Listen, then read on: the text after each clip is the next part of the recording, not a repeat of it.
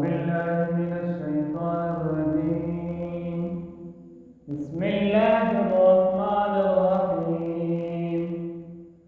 مثل الذين ينفقون أموالهم في سبيل الله كمثل حبة أنبتت 7 سنابل في كل سنبلة 100 حبة والله يضاعف لمن يشاء والله واسع عليم.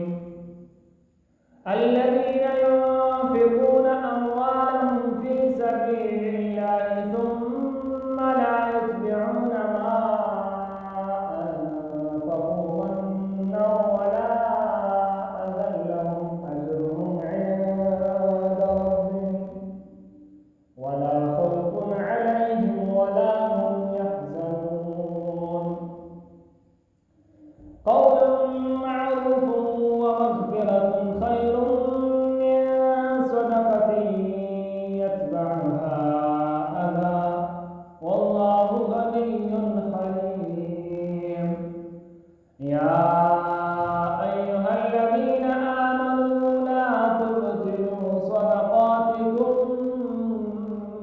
بالمن والأذى كالذي ينفق ماله رئاء الناس ولا يؤمن بالله واليوم الآخر فمثله كمثل صفوان عليه تراب فأصابه وابل فتركه صلدا لا يقدرون على شيء مما كسبوا والله لا يهدي القوم الكافرين. ومثل الذين ينفقون أموالهم ابتغاء مرضات الله وتثبيتا من أنفسهم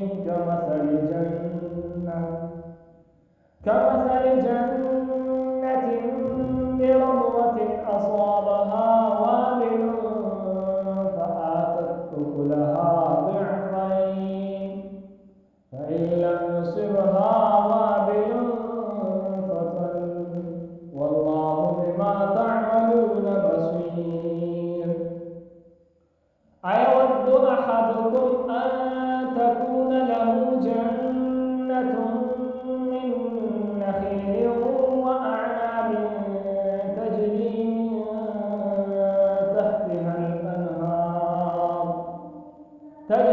من تحتها الأنهار له فيها من كل الثمرات وأصابه الكبر وله ذرية ضعفاء فأصابها إعصار فيه نار فاحترقت كذلك يبين الله لكم الآيات لعلكم تتفكرون. صدق الله العظيم.